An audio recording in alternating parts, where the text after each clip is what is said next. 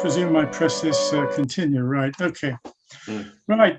Well, as I said earlier, my interests are really looking for synergies across theory, because one of the problems we have these days is that so much is fragmented and there is not any coherence in any probably theories that we can come across in any disciplines.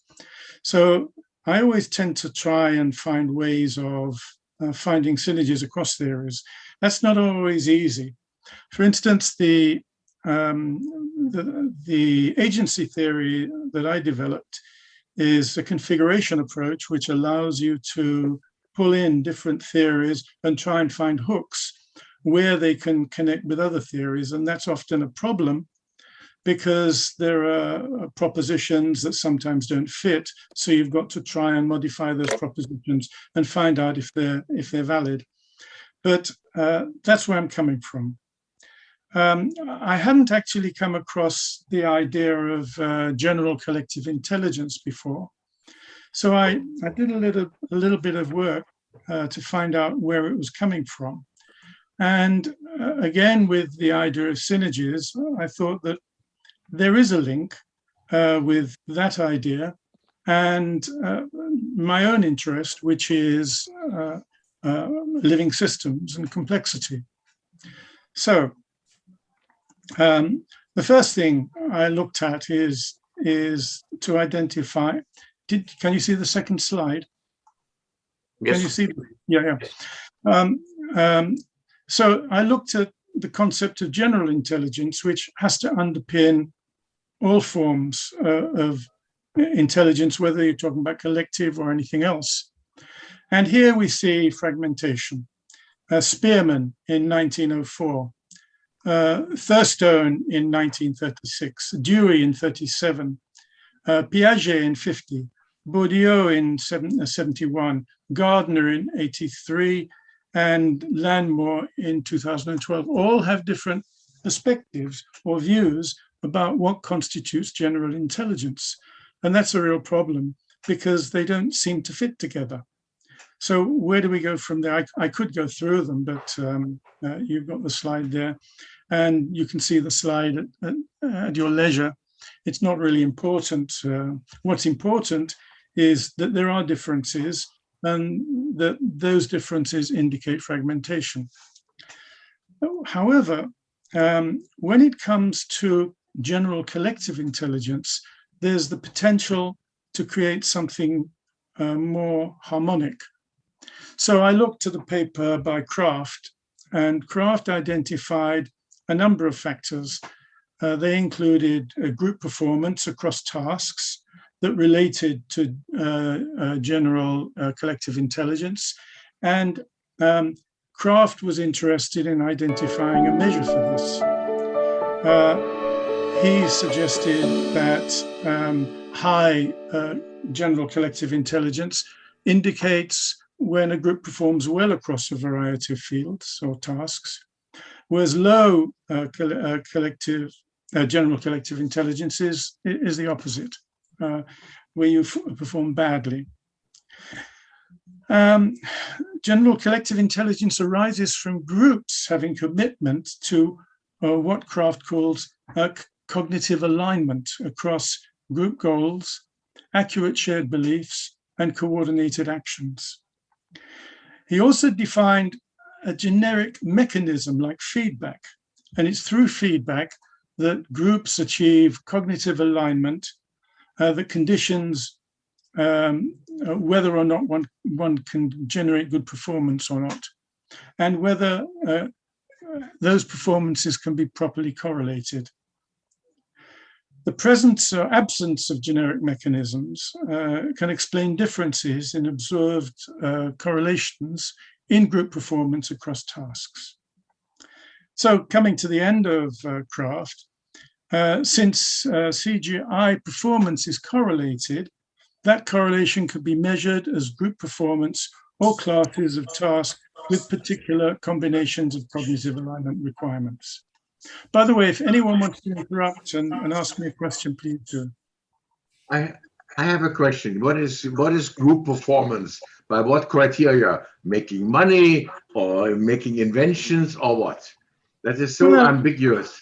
Yeah, I know. It's dreadful, isn't it? I guess group performance probably means, because this isn't my theory, what I'm doing is looking for synergies. I imagine group performance is if you've got some object that you want to, some goal that you want to manifest in some way, then if you've got efficacy in manifesting that goal, then you have good performance. So it's a very pertinent question that you put. Personally, I would relate performance to efficacy. But again, I haven't read Kraft's paper in any great detail, but the reference is at the bottom of the slide, and probably that will give you the idea of what Kraft actually means by performance. Maurice, could I request that you put this on full screen or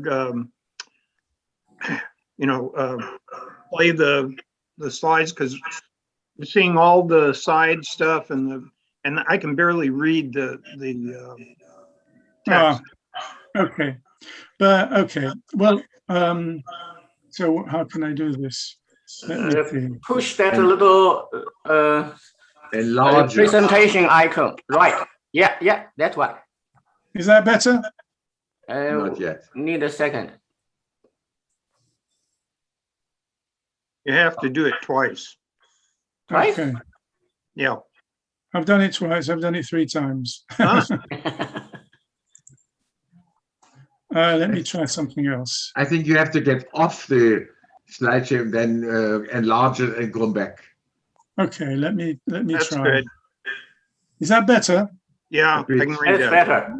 What I did is I just enlarged it. So you see, I've got a separate monitor here, which shows the slides properly, but it's not doing anything. So it's my lack of skill. My apologies. Okay. Okay. So I'll just move it around so that we can work out what's happening. Works. Okay.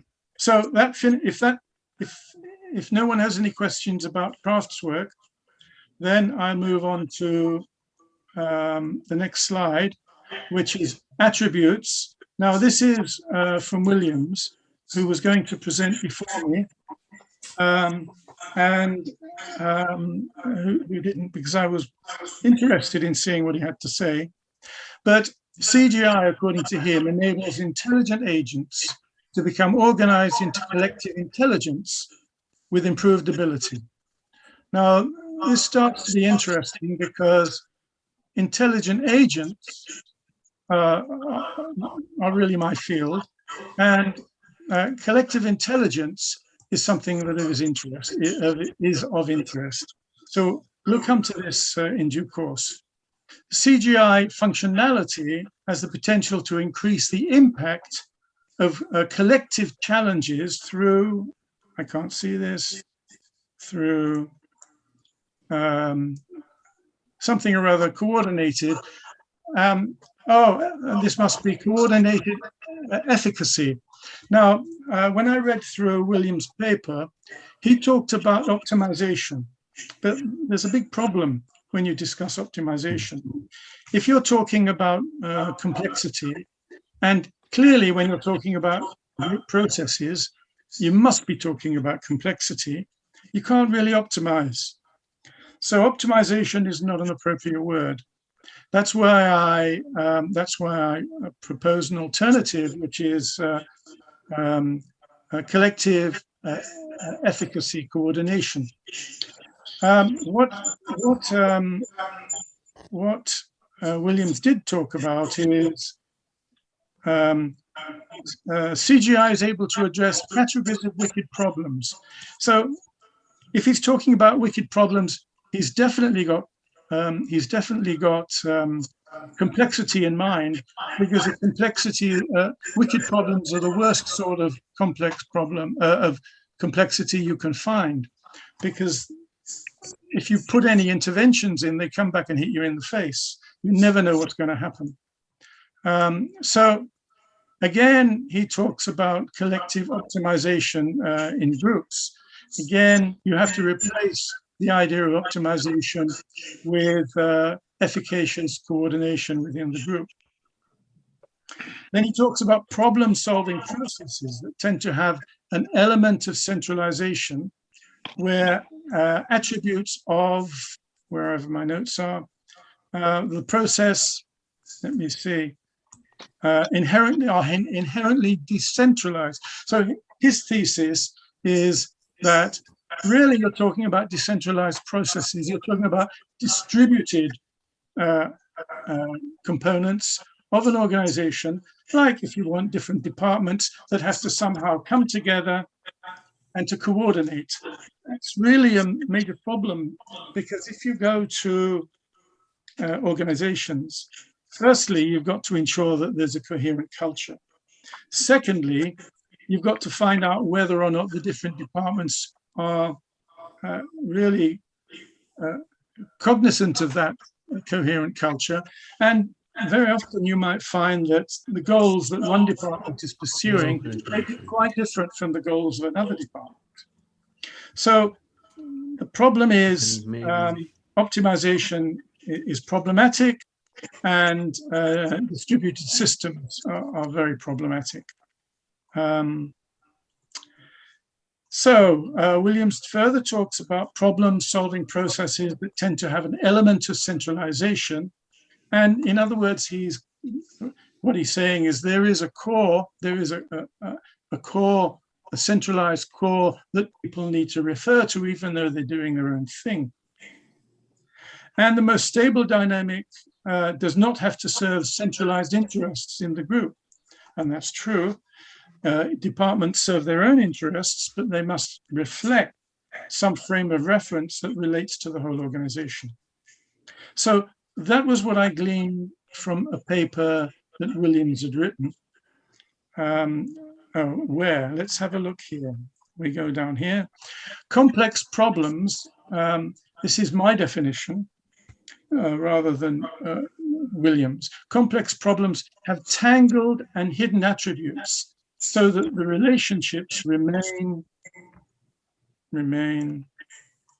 unclear, and they are unresolvable, and so optimization is impossible, and that tight tangles deliver wicked problems where there's insufficient knowledge, blah, blah, blah, to create intervention strategies. So that's just a caveat that I inserted in order to reflect on paper that I found from Williams.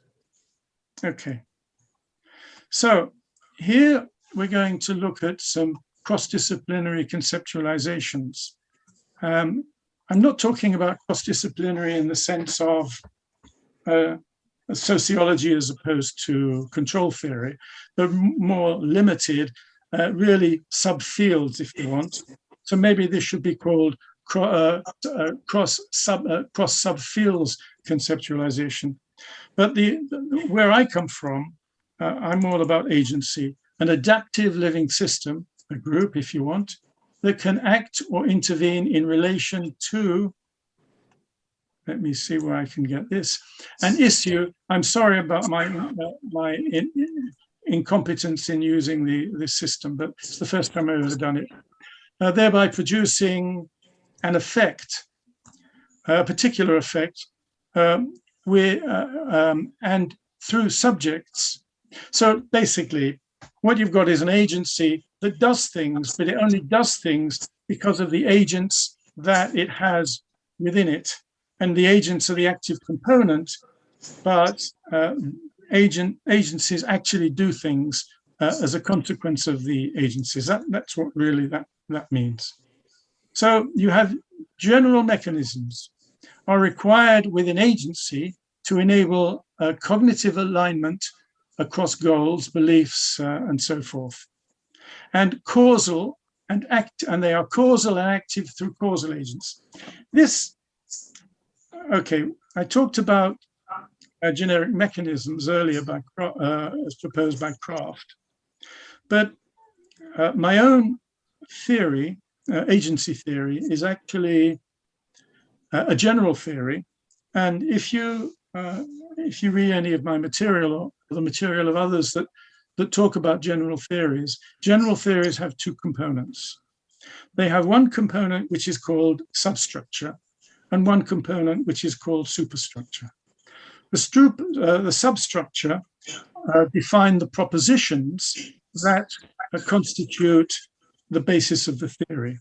And in cybernetics, that involves feedback, feed forward, and so forth. And in living systems, we're talking about autogenesis for a start.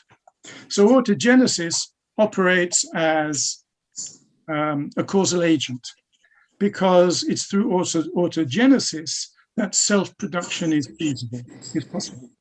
And that's the function of a causal agent. Okay.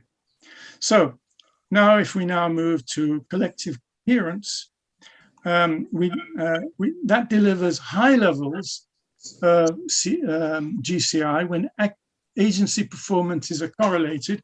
I mentioned that earlier. And lower levels when they're less well coordinated. So this is just something that is a repeat. But the reason that I've used different bullet points here is because here we have something new. And this comes to the work of Haplin. And Haplin, in 2012, tried to link network relationships with agents with, let me see here,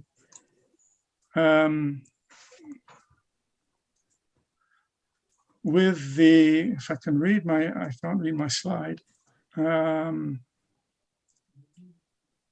together with the external world. Okay, so what he's doing, he's relating a network of relationships between agents in an agency and the external world. But this is standard now theory that actually comes from Prigogine, and it's nothing particularly exceptional. But what he also does is to have an extended mind hypothesis, and that relates to the emergence of collective intelligence. Sorry, you want to say? Anybody? No. Okay. Now, in my terms, collective intelligence really is something that is a consequence of internalization.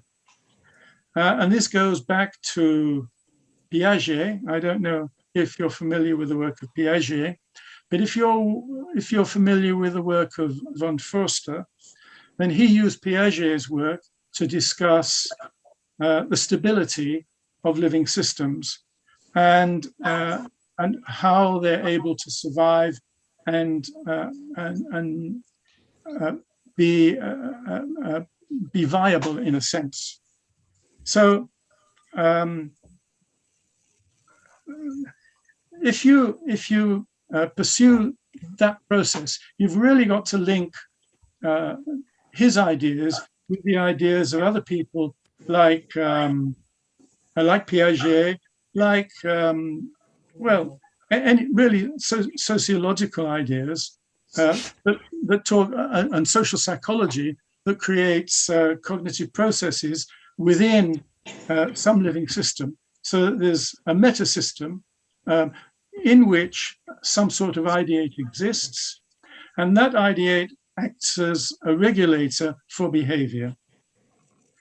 So Haplin also says that this relationship provides a condition that explains autopoiesis. So you can see where I'm going with this. I'm trying to connect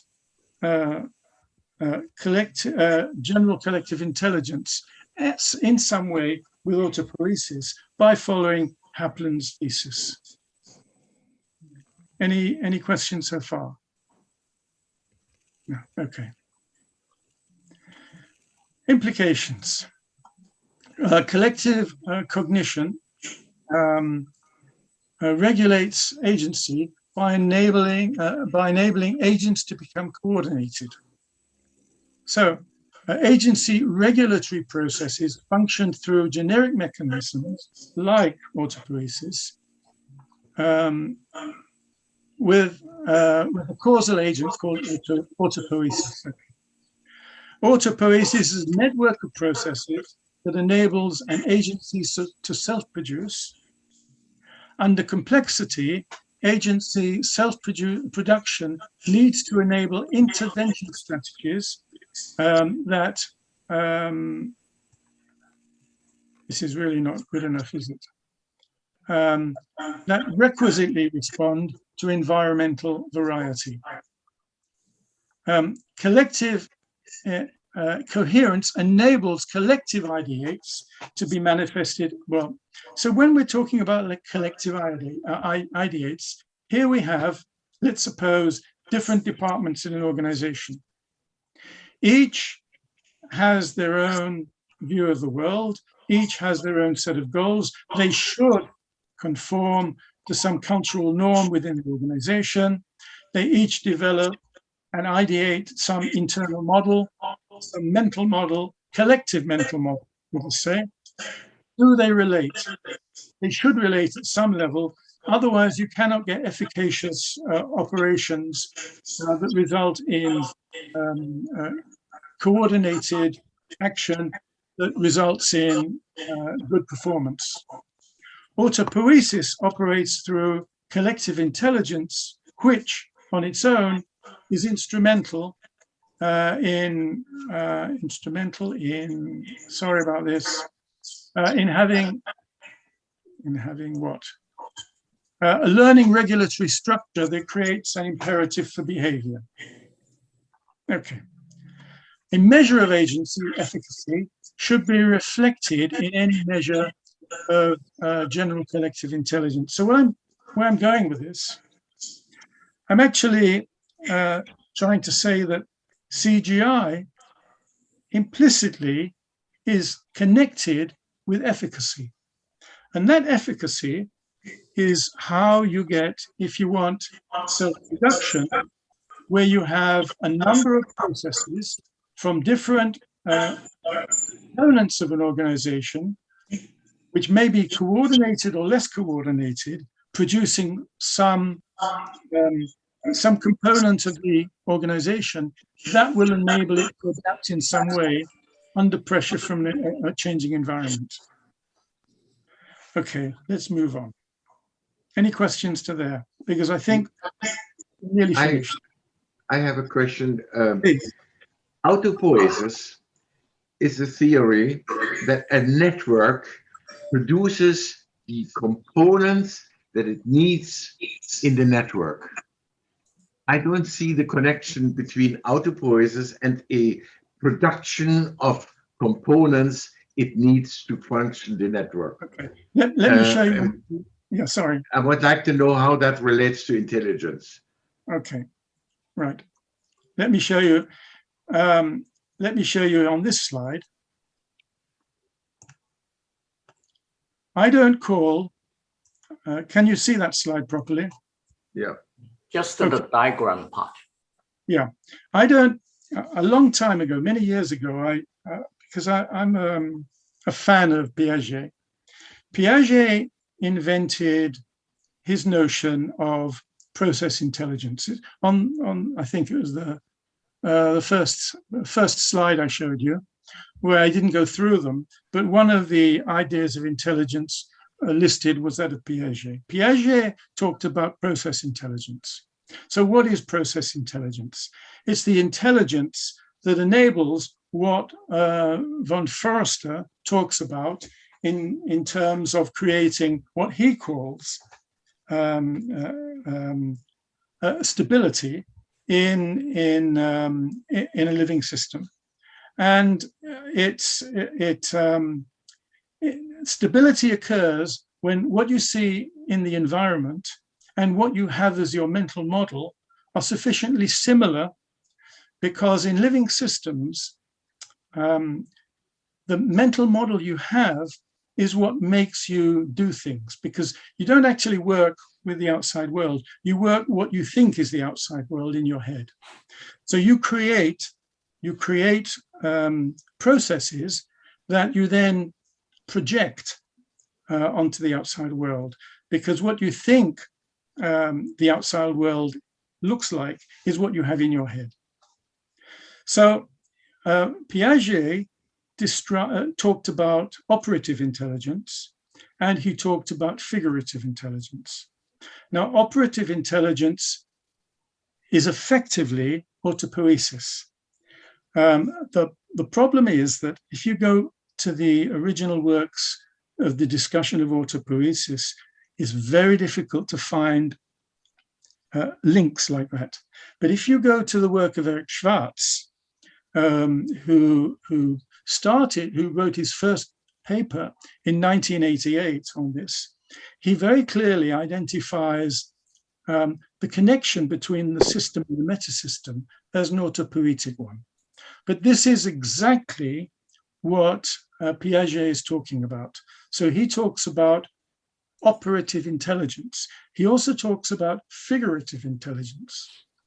Now, the problem here is that if you are interested in living systems and you stop thinking after you've read Maturana and Varela, and you just assume that living systems are about autopoiesis, you have a problem. Because autopoiesis does not involve learning. You cannot generate novel solutions without having something more than autopoiesis. And in other words, you're stuck with the capacities, the potentials that the particular system has if you can't generate novelty. So what Schwartz did is said there's another dimension that is very important for living systems. It's not only autopoiesis, but also autogenesis, which in his terms is self-creation. So you need the two aspects. And self-creation, in Piaget's terms, is quite equivalent to figurative intelligence.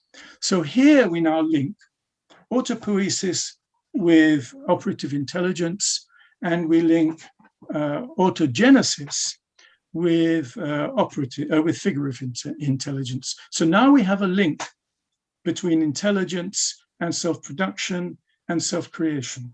Does that explain your question?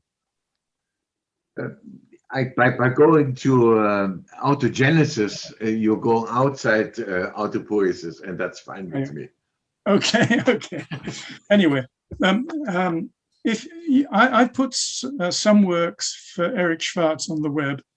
Most of his papers are disappearing. I put a collection of what works I could find, and I put them up on ResearchGate and other areas, other websites, so that if you're interested, you can find them.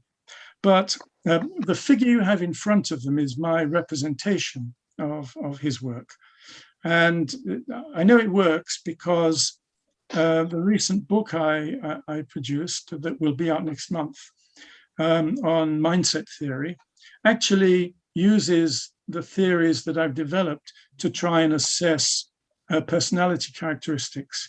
And I've only applied it to two personalities. One was Donald Trump, and the other was Theresa May of the UK, who was Prime Minister for a while. And the results that I get are consistent with independently developed ideas of what their characters are like. So there's some sort of validation in that, where theory meets practice and practice meets ideas that other people have developed independently. So here we have a model. In this model, we have a system, and we have a meta-system, which is a regulator for the system. But the relationship between the meta-system and the system is actually a very important couple. This is the couple that Maturana and Varela talked about. It's, in a sense, the couple that Stafford Beer talked about. when he developed his theory, or well, his viable system model. There are problems with Stafford's some of Stafford's concepts, but I can run that at another presentation. But what it means is that the meta system is the observer, if you want to use those terms, for the system, but that couple between the meta system and the system is itself regulated by what you might call a meta-meta system. And if you want to go into higher orders, some vague notion that there are higher orders, like fleas have fleas, you can carry on ad infinitum if you can make sense of it. And probably mostly you can't make sense of it. But what this does is to illustrate a third order cybernetic model in which the core is the meta-system system couple.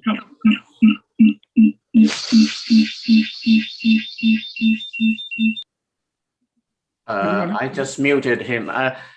Several of you had raised the hand, but for the sake of time, I would encourage you to keep your burning questions until we hear all the three presenters. We still have 2 presenters to go.